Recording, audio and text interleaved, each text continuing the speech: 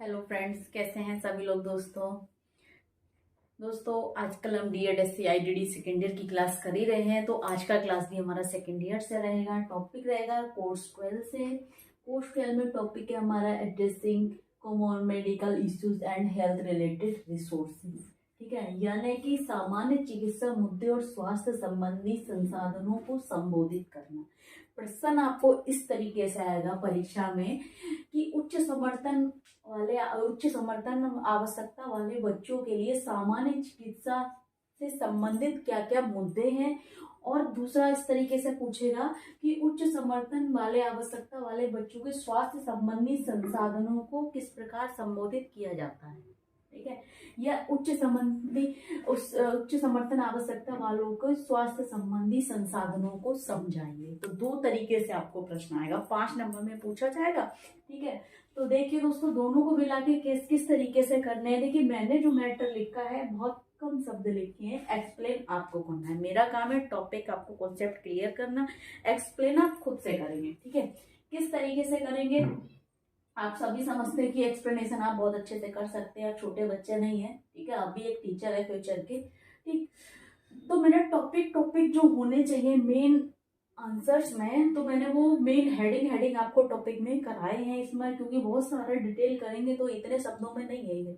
ठीक है ना, बहुत ज्यादा शब्द चाहिए इसको डिटेल में करने के लिए। तो जो मेन मेन हेडिंग्स है वो मैंने किए हैं इसमें। देखिए कैसे सामान्य चिकित्सा मुद्दे क्या क्या होंगे, स्वास्थ्य संबंधी व्यक्तियों, स्वास्थ्य संबंधी जो संसाधन रहेंगे उनसे संबंधित क्या क्या सामान्य चिकित्सा मुद्दे क्या क्या होंगे। पहले ये देखते हैं सामान्य चिकित्सा मुद्दे कौन कौन से ऐसे मुद्दे हैं जो उच्च समर्थन वाले आवश्यकता वाले बच्चों के साथ हमें उन चुनौतियों का सामना करना पड़ेगा। ठीक है, देखिए दोस्तों, विकलांग व्यक्तियों के लिए स्वास्थ्य और कल्याण के उच्चतम संभव मानक प्राप्त करना तभी संभव होगा जब सरकारें एक आदर्श बदलाव की आवश्यकता को समझे।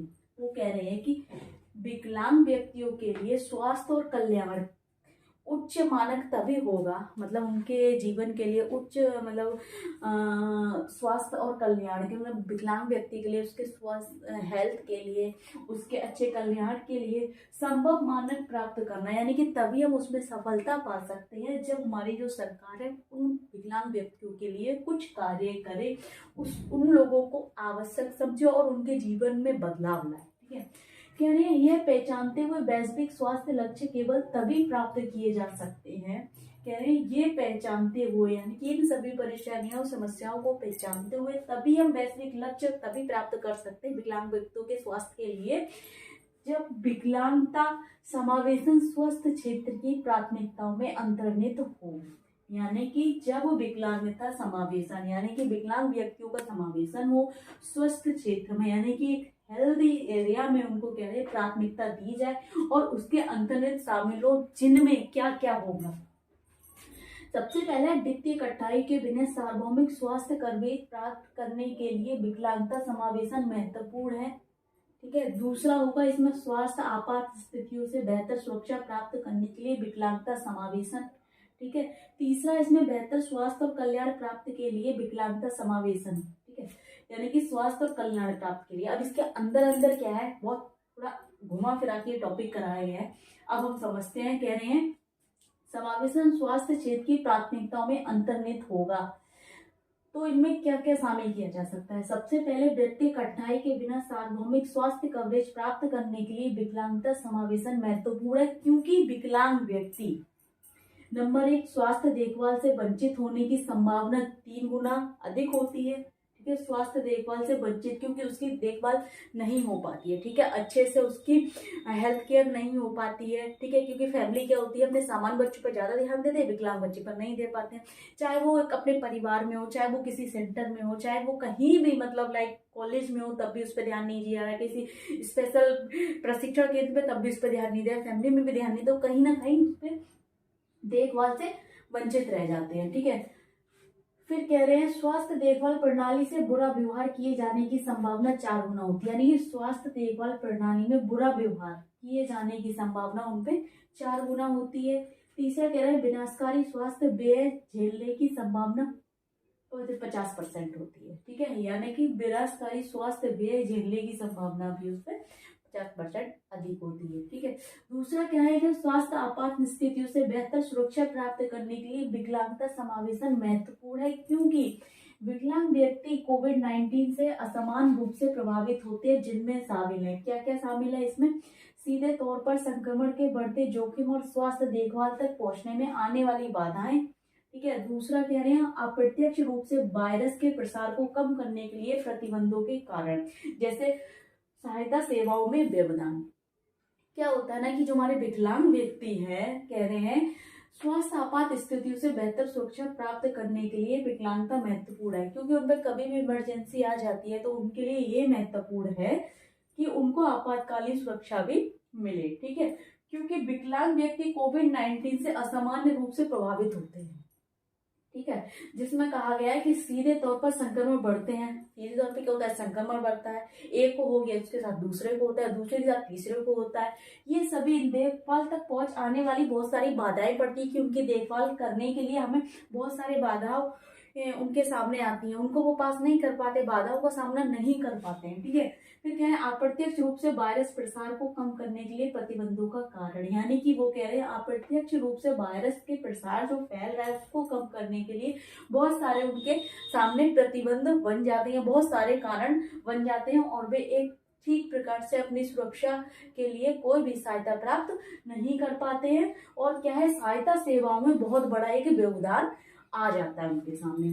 तीसरा इसमें बेहतर स्वास्थ्य और कल्याण प्राप्त करने के लिए विकलांगता समावेशन महत्वपूर्ण है, यानी कि बेहतर स्वास्थ्य और कल्याण प्राप्त करने के लिए विकलांगता में समावेशन महत्वपूर्ण है, क्योंकि विकलांग व्यक्ति क्या है हिंसा का अनुभव होने की संभावना अधिक होती है विकलांग व्यक्ति के साथ। दूसरा कह रहे हैं 4 से 10 गुना अधिक होती है क्या हिंसा अनुभव होने की संभावना, ठीक।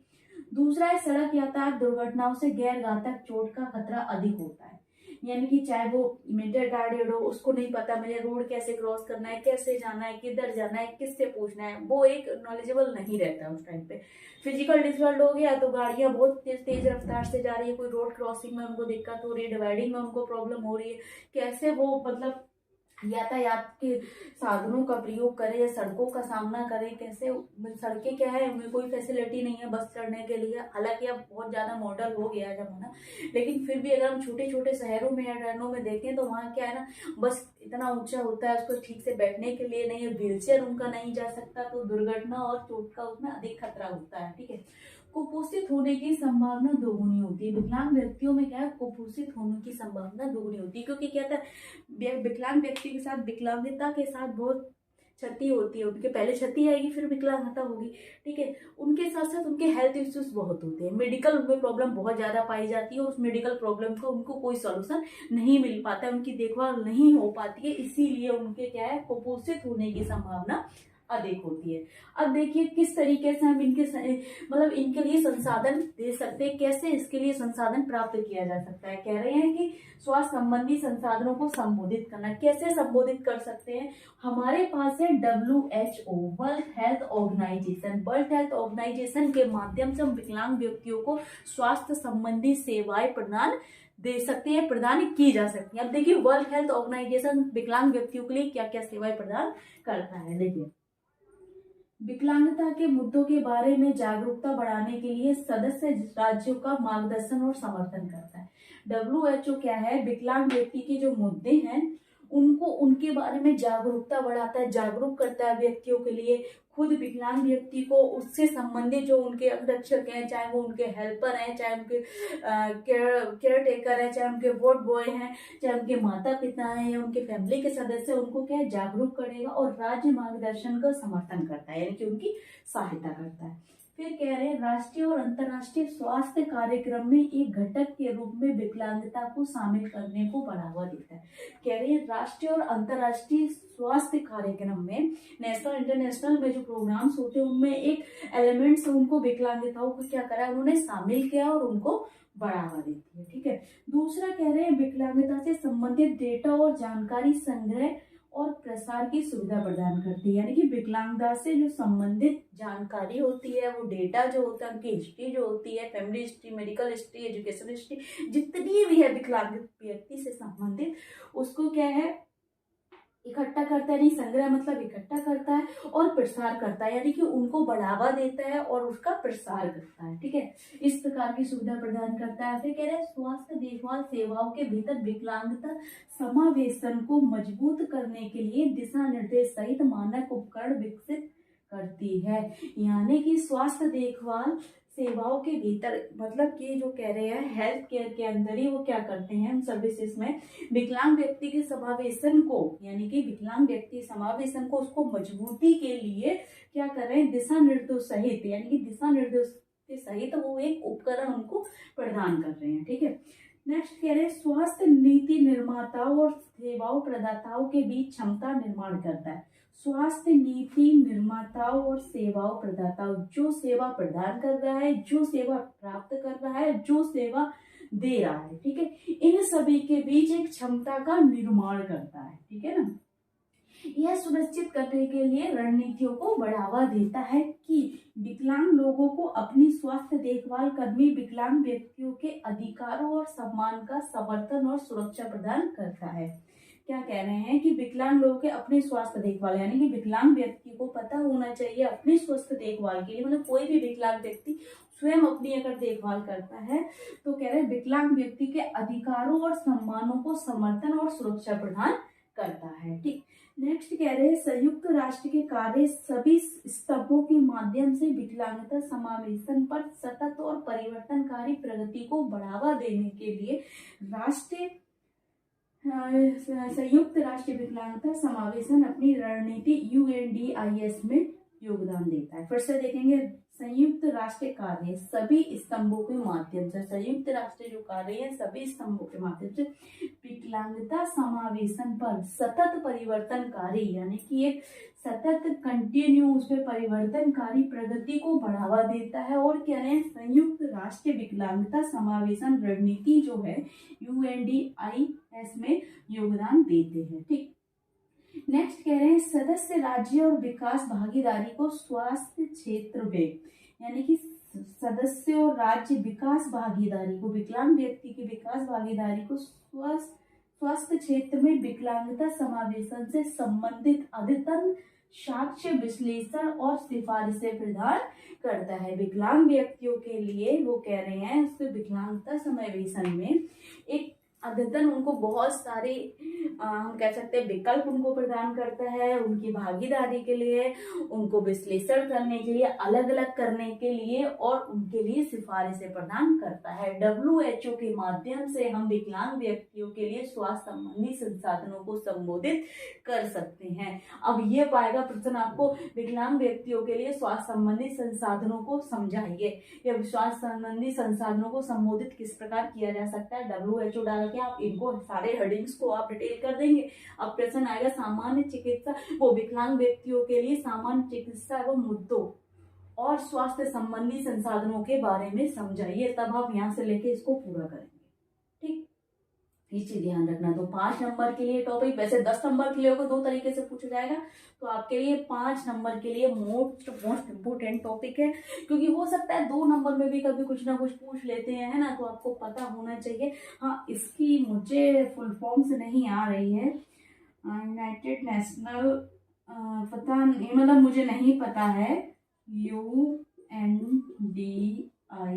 आपको पता हो तो कमेंट में बताइए, वरना मैं आपको कमेंट में एक बार देख के पढ़ के आपको कमेंट में बता दूंगी। ठीक है, नेक्स्ट क्लास में बता सकती हूँ, कमेंट्स में ही आपको बता सकती हूँ क्या है, मुझे नहीं पता है। तो इससे संबंधित अगर आपको कुछ समझ नहीं आ रहा है, कुछ डाउट लग रहा है या कुछ पूछना है, एक कमेंट आ रहा था मैम फर्स्ट ईयर की वीडियोस फिर भी है, सेकंड ईयर की नहीं है, इसलिए मेरा मानना यह है कि जो सेकंड ईयर की वीडियोस इस बार रह रही है ना, वो सेकंड ईयर की वीडियोस मैंने कंप्लीट करानी, क्योंकि लास्ट टाइम जो बच्चे बैक हुई है ना, उसका मुझे बहुत ज़्यादा दुख है कि सेकेंड ईयर का क्लास एक भी क्लास नहीं था मेरे पास, जो मेरे यूट्यूब चैनल के प्लेलिस्ट में कोई एक क्लास होता सेकेंड ईयर का, आईडी का था, MR का भी था, IDD में जो टॉपिक्स नहीं हुआ उसका एक भी क्लास नहीं था। इस बात का मुझे बहुत बड़ा अफसोस है कि मेरे स्टूडेंट ने मुझसे शिकायत की थी मैम सेकेंड ईयर की कोई क्लास नहीं है, ठीक है, क्योंकि फिर बाद में ये होता है ना, मैम आपके चैनल से अपने तैयारी की, जब चैनल पे वो चीज़ है ही नहीं तो तैयारी कैसे करें आप, ठीक है ना, तैयारी हो नहीं पाई ना, अब मेरे पर डिपेंड रहे। तो इसलिए सेकेंड ईयर की क्लास मैंने जो भी मोस्ट इंपोर्टेंट क्लास होगी ना, वो मैंने इस बार सबसे पहले अपलोड करनी है। बाकी कुछ क्वेश्चन है, कुछ डाउट है, कुछ गलत लग रहा है, कुछ समझ नहीं आ रहा है, समझ में भी आ रहा है तो कमेंट बॉक्स में कमेंट करें, ज़्यादा से ज़्यादा वीडियो लाइक करें, शेयर करें, चैनल को सब्सक्राइब करना ना भूलें, बेल आइकन को प्रेस करें। Thank you so much.